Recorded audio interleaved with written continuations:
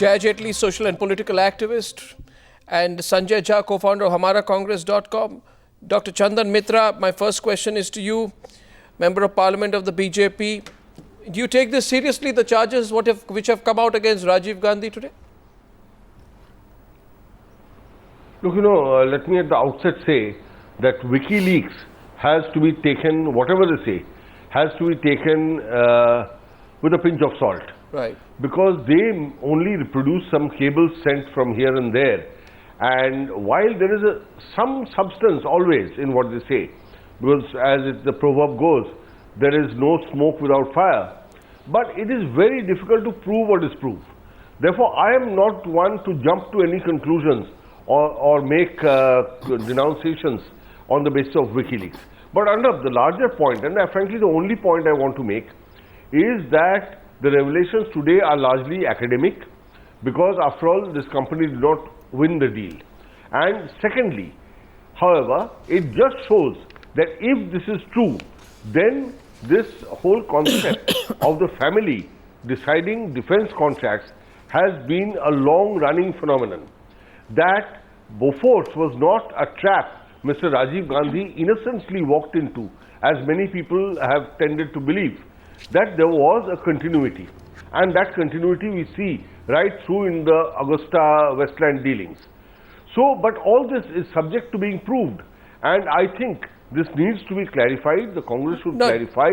And whenever, if investigations are required, they must be ordered. No, but similarly, I mean, I don't know, Mr. Chandamitra, don't take it otherwise, but I suspect that the fact that you have gone soft today on this issue is because, of the reference in the other cable to George Fernandez, who was defense minister with the NDA government, and also because in a previous cable, I'm not mistaken, former Prime Minister's from the BJP's son-in-law was also mentioned in one of the wikis earlier.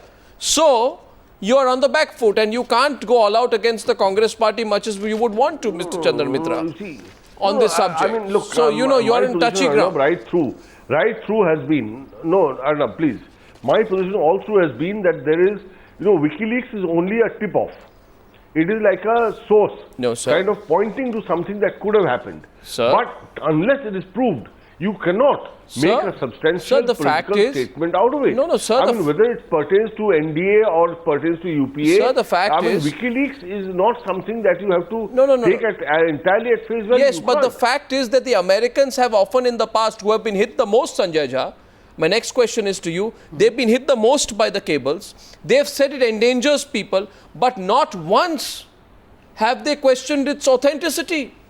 No, to each their own. That only goes on to prove that the veracity of the cables cannot be questioned. Your response to Rajiv Gandhi's name coming up? No, I'll tell you what. No, Rajiv Gandhi's name coming up, from which Chandan Mitra draws a few conclusions about. Yeah, one second. Chandan Mitra wants to elaborate on the Rajiv Gandhi angle. Yes, go ahead, Chandan Mitra. Yeah, no, just one point. No, not that. I'm saying the veracity of the cables are not doubted. Yeah, of course.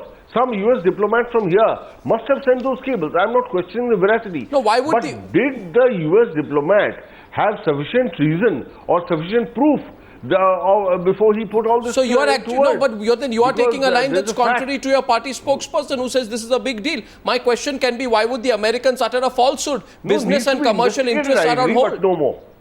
Huh? No, business and commercial interests are on hold here. Arnab, let me try and answer that.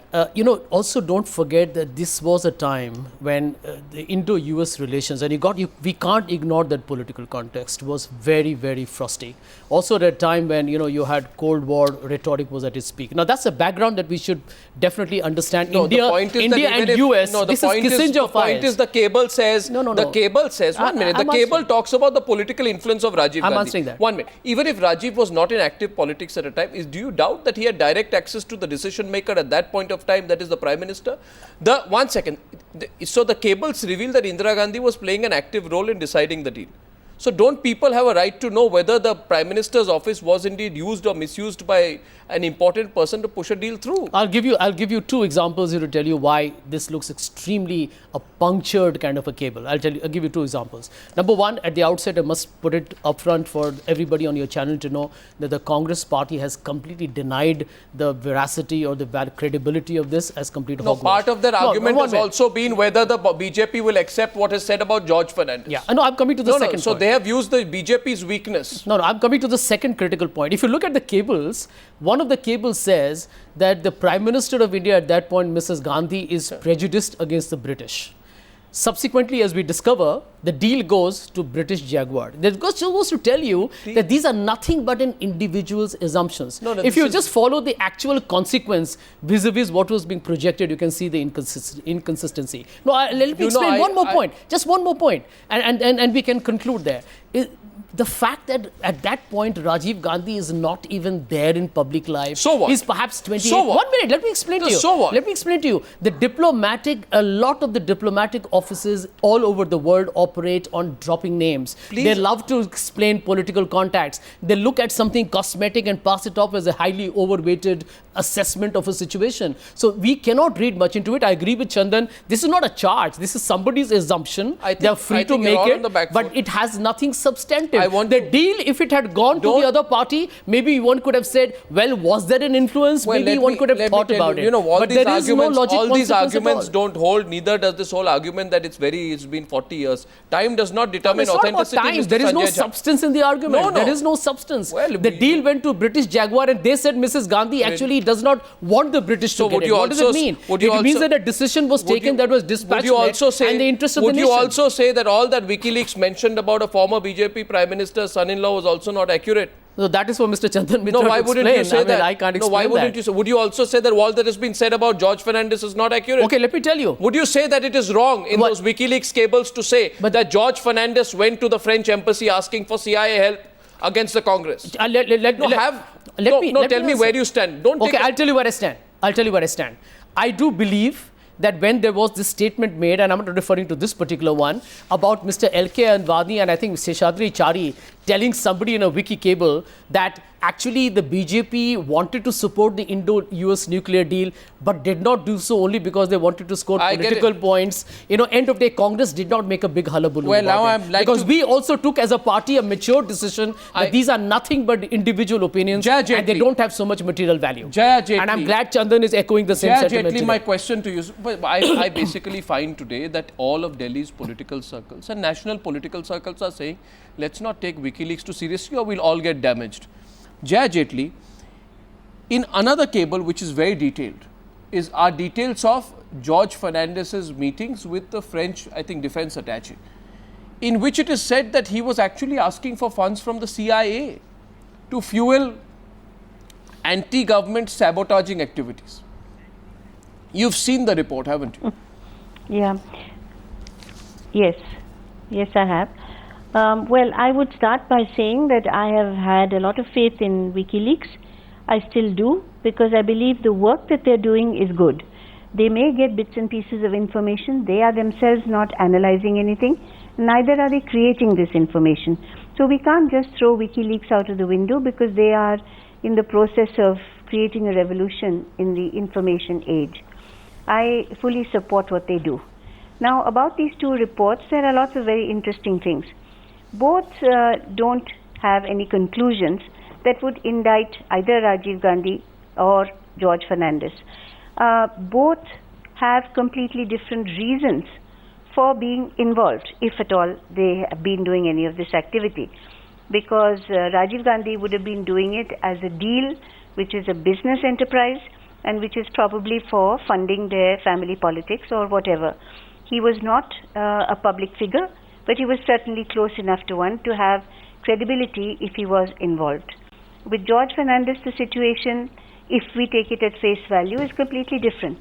He was fighting a huge ideological battle and a genuine political struggle to bring back democracy to India and to fight the dictatorship. But did he take CIA help? He believed was a very I'm not doubting what he was doing, now, but did he take CIA help? And coming from them, Ms. Jaitley, it can be argued that George Fernandez's strong opposition to the United States, as some people are saying now, came out of the fact that the Americans did not help him during the emergency. It did not come out of any ideological pre-inclinations he had. No. This is pure speculation on behalf of the media 35 years later, which I think is ridiculous. I will say that I absolutely have no right to speak about whether he met the CIA or not, because I hadn't even met him at that point, and we were not political colleagues. In the 30 years I have worked very closely with him, he has never once mentioned this to me as a fact at all, or even as a possibility. He has in fact used to make public jokes and private jokes, saying that Indira Gandhi used to love to call him a CIA agent and a KGB agent and any sort of agent when it annoyed them. His antipathy to the US was only on economic policy. And when he came into government, he asked Coca-Cola and IBM to follow Indian rules. They didn't. If they had, he would have had no reason to throw them out. But the fact that he did it with the view that everybody must conform to Indian rules, and two, it would give an opportunity for Indian businesses to flourish. He has always seen it from that nationalistic angle. At the time that all this happened, his family in fact was in the United States. He has always maintained good relationships, and I don't think there has ever been any anti-imperialistic, anti-US attitudes in him. He is not a person to hold grudges even with his worst political opponents, and it would be foolish to look into this and try to say that extremely rudely, extremely important. That's precisely what I'm saying, because they did not follow the rules of the day.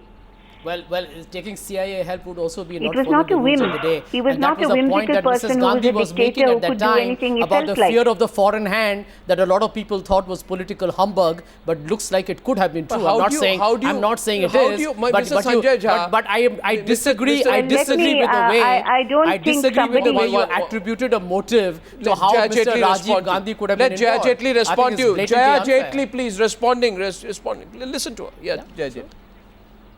What exactly is he asking me? I didn't catch it. He seems to indicate that this is the foreign hand that Indira Gandhi referred to, which in his words was described as humbug. I don't know who used the word humbug at that point of time. Something similar. Yeah. And he says today that the WikiLeaks cables... Indira Gandhi used the foreign hand at all times for all kinds of things.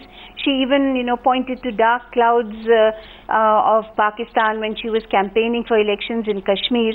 So she had all kinds of foreign hands which came to her rescue whenever she wanted.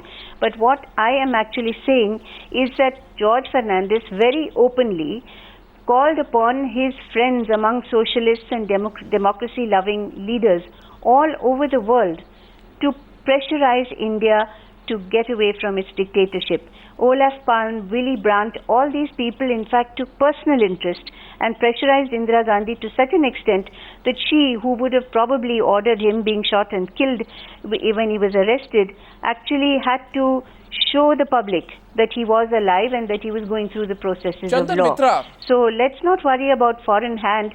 Today the foreign hand is in every pocket in India practically. Which is nothing to be proud of. In fact, we deeply regret it, that the foreign hand hasn't been brushed aside either as a conspiracy or reality. Chandan Mitra, I would like your response to the point made here by Sanjay Jha, where he says that don't forget that in this period, 74 to 76, that these wiki cables are talking about, Rajiv Gandhi was not in public life. One of the arguments which has been put forth by Sanjay Jha is Rajiv Gandhi was not even a politician. So what influence could he have in the circles that determine a huge fighter deal? Look, I'm not making any imputations, but not being in public life does not prevent anybody from being a middleman. See, it does not prevent. I mean, there's a general statement, generic statement, that not only people in public life have to be middlemen. Middlemen don't have to be in public life. But I'm not suggesting Mr. Rajiv Gandhi was or was not. That investigations will reveal. And the problem, Arnab, is that our archives are so secretive that most files are classified, they are never released. Even the Kashmir files haven't been released even now, more than 60 years after the conflict. So we just love to hide our past, I suppose for good reason, because too many things will come out. The British have a 30-year rule. In 30 years, you can access all government files.